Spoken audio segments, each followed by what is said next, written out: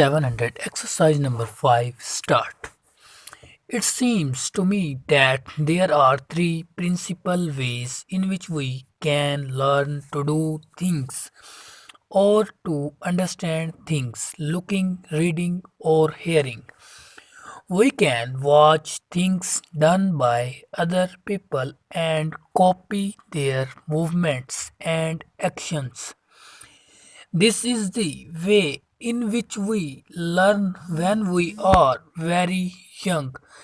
Babies and all young animals, of course, are very quick to copy the acts of their mothers, and in this way, they learn a very great amount in a remarkably short time. We continue throughout our lives to learn in this way, for we are always seeing others do certain things in certain ways and then making some attempt to carry out like acts ourselves when we grow up. However, we are able to make observations within much wider limits, and we are free to learn great number of things simply by watching. Not only can we see the life going on round about us, but we have also brought right into the home the moving picture and the TV set. There is perhaps no more interesting and successful method of learning about other countries than to watch moving pictures that have been taken in those places. Most of us find it much easier to remember what we have been than to remember what we have read in a book or have been told. Even a very good writer telling us of scenes and doings in far off lands cannot bring to our minds so clear a picture of those countries as can a quiet short moving picture. That is why many schools use both TV and the moving picture in the course of instruction in subjects as different from one another as history and science.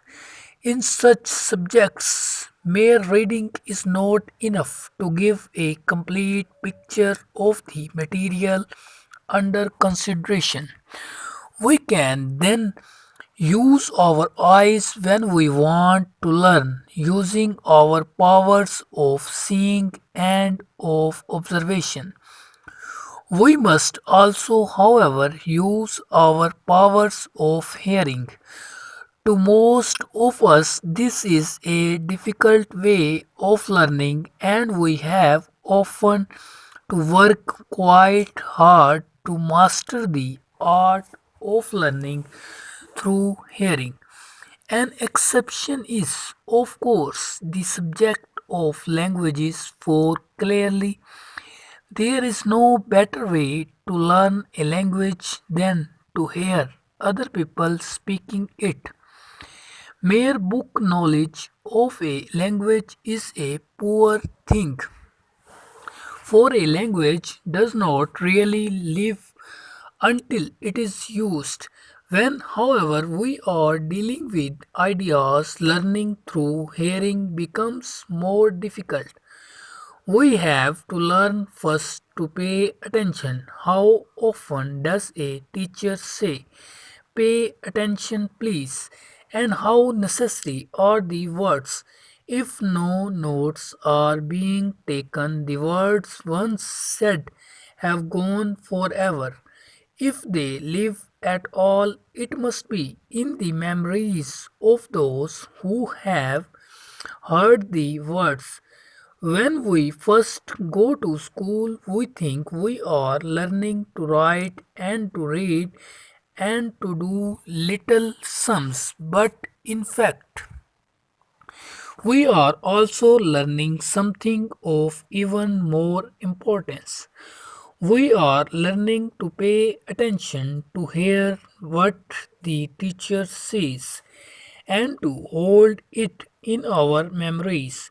The person who is able to pay attention is a much better learner than the person whose mind is always going off into other fields of thought, even though the two people may have equally good minds in other respects.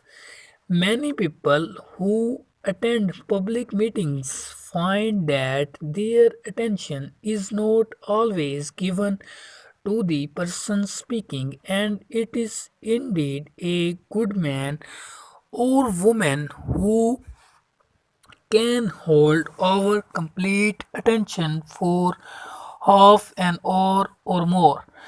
It is probably true that most people learn most things most easily through reading. They can read the material they wish to learn and can read it again many, many times. If they so desire, they can memorize the written word with a reasonable degree of ease and can usually master a far larger amount of material in this way in a given time than would be possible by any other method. Seeing, reading, and hearing all play their part in our complete development as we grow into men and women. Full stop and close.